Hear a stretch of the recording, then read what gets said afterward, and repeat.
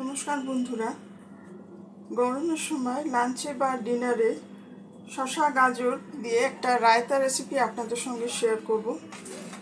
এখানে একটা মিডিয়াম সাইজের শসা আমি গ্রেট করে নিয়েছি আর একটা গাজরের হাফ পোর্শন গ্রেট করে নিয়েছি। এখানে 1 কাপ মতন দই নিয়েছি, টক দই। দইটা আগে আমি একটু ফেটিয়ে নেব।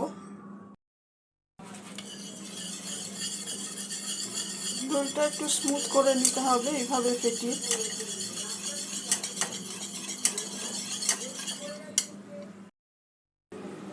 গ্রেটেড শসা গাজরটা দিয়ে দেবো। আপনারা চাইলে শসাটা একটু জলটা এইভাবে ঝরিয়ে নিয়ে তারপরে দইয়ের সঙ্গে অ্যাড করতে পারেন, তাতে একটু ক্রিমি টেক্সচার আসবে। আর যদি পাতলা রায়তা খেতে চান তাহলে যেরকম আছে সেইভাবেই গ্রেট করে দিয়ে দেবেন। গাজরটাও দিয়ে দেবো।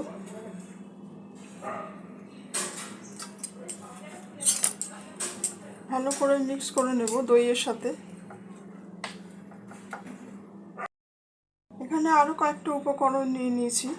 একটু সন্ধব লবণ নিয়েছি, বিট নুন নিয়েছি, অল্প লঙ্কার গুঁড়ো নিয়েছি, জিরে ভাজা গুঁড়ো নিয়েছি, অল্প চিনি নিয়েছি, নুন মিষ্টির স্বাদটা ব্যালেন্স করার জন্য। এগুলো মিশিয়ে দেবো।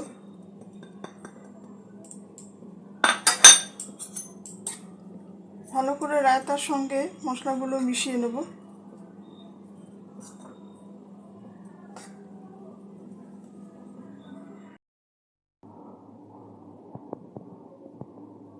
বন্ধুরা, রায়তার মধ্যে তড়কা দেওয়ার জন্য অল্প সর্ষে নিয়ে নিয়েছি আর কিছু কাঁচা লঙ্কা নিয়ে নিয়েছি।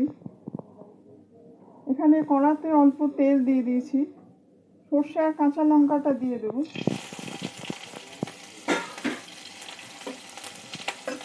একটু ভেজে নিয়ে রায়তার মধ্যে যোগ করে দেব।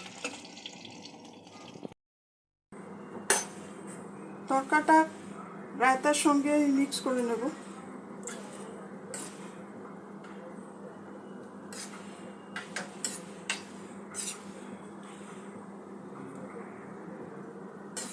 আমাদের শসা গাজরের রায়তা একদম রেডি।